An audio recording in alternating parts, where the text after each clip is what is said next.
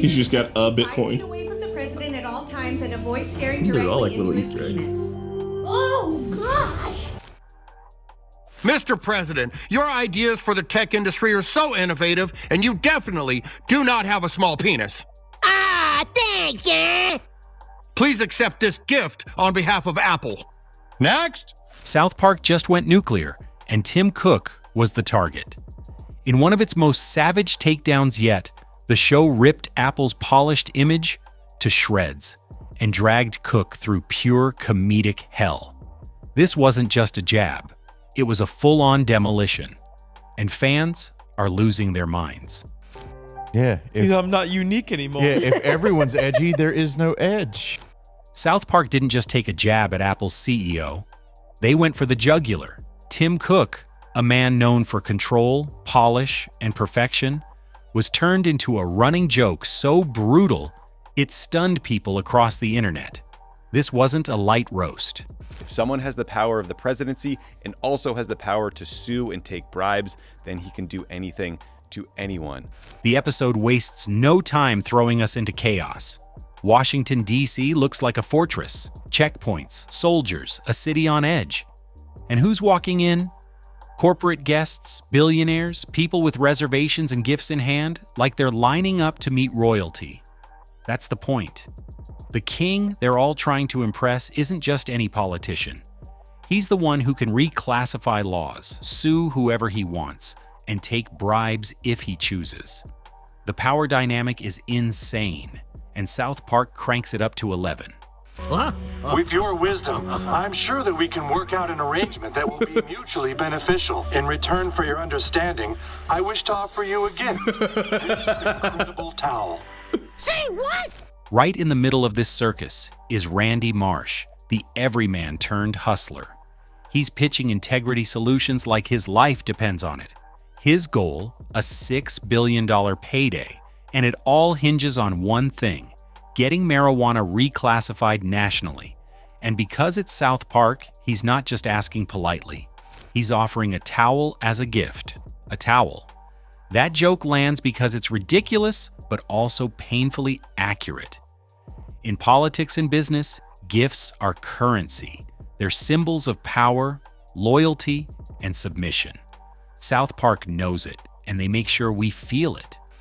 Say what? It is a luxurious towel made from the finest fabrics available, and I'm sure it will I'm in a hole. But here's where the episode gets sharp. This towel gag, this whole idea of lining up with offerings, is just the appetizer. The main course is Tim Cook, because if you rewind to mid-2025, there was a very real moment when Apple's CEO showed up at the White House to meet Donald Trump. And he didn't come empty-handed. And the base comes from Utah and is 24 karat gold. And it sits, I'll take the liberty of setting it off. Congratulations. Thank you. Reports say Cook presented Trump with a custom glass and a 24 karat gold plaque. Yes, an actual gold plaque. It was a move meant to smooth relations, keep things friendly, and show respect to a president who valued loyalty and flattery. And so every time it happens, people become a little bit more kind of desensitized. For Apple, it was business. For South Park, it was comedy gold. That moment gave the writers exactly what they needed: a true story that already felt like satire. A polished tech leader handing over an extravagant gift to a political powerhouse. It was a symbol of how tech and politics intertwine, how even the most powerful CEOs sometimes play the game. South Park took that real-life gesture and twisted it into something unforgettable. All right, put the towel in with the other gifts. Oh, wait, there's been a misunderstanding. Poor thing. And that's what makes this episode so brutal. It's not fantasy, it's rooted in truth, and the show drags it into the spotlight with no mercy. Cook's gold plaque wasn't just a gift anymore. It became a metaphor for submission, for bending the knee to political power. When you see that scene on South Park, with billionaires lining up like medieval servants, it hits you. This isn't just comedy, it's a commentary, and it's devastating. And then the third is that he wants to ultimately keep these people in place in some capacity. And the flow of the episode keeps building on that theme. The militarized city, the line of CEOs carrying offerings, the absurd towel gag. It's all setting the tone for the big reveal. When Cook's moment comes, it's not subtle, it's blunt, it's grotesque. And it's funny because it feels like the truth turned up to maximum volume.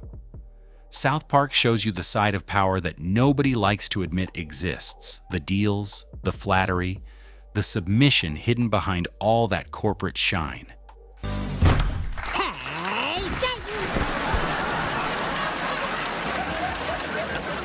South Park didn't just come up with a funny title for this one, they went straight for the throat. They called it Sick Fancy, and the name says it all. It's sharp, deliberate, and dripping with sarcasm. This wasn't just another cartoon jab. This was South Park looking at the biggest tech players in the world and saying, yeah, we're about to make you look ridiculous. And the first target? Tim Cook. The same Tim Cook who's built Apple into a symbol of sleek control and untouchable polish. All right, put the towel in with the other gifts. Oh, wait, there's been a misunderstanding. Poor thing.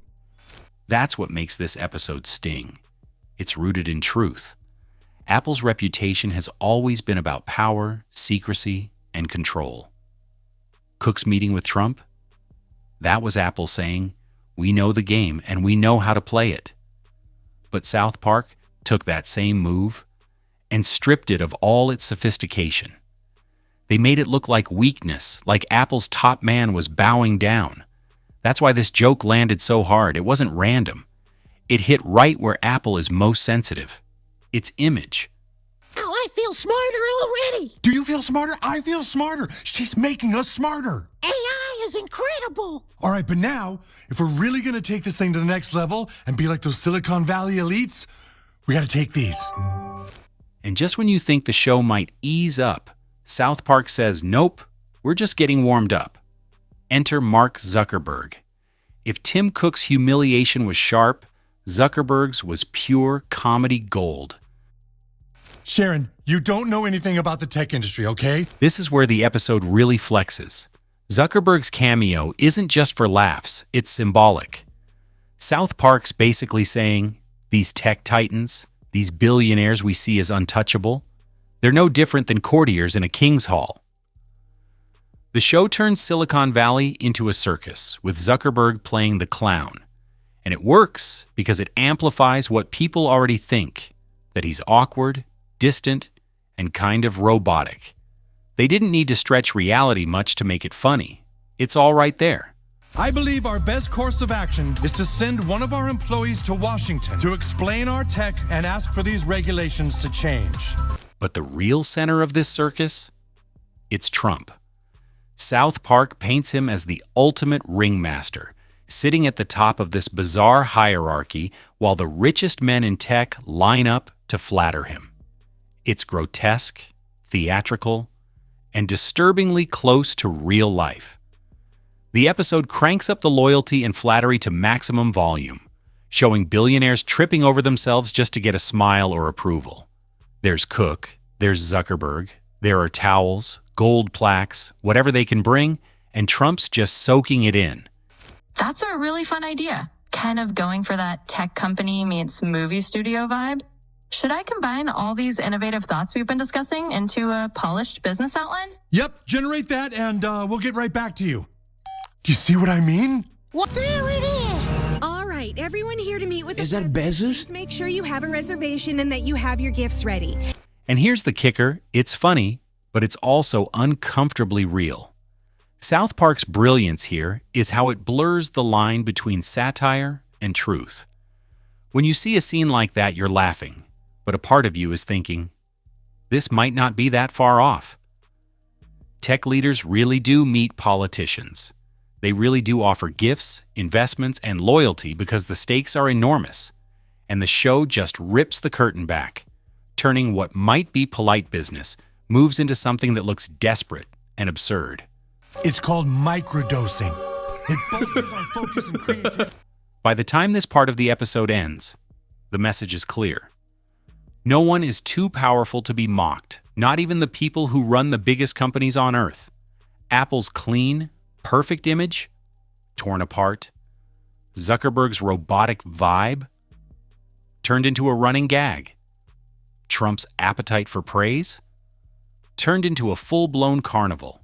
And that's why Sick Fancy hits so hard.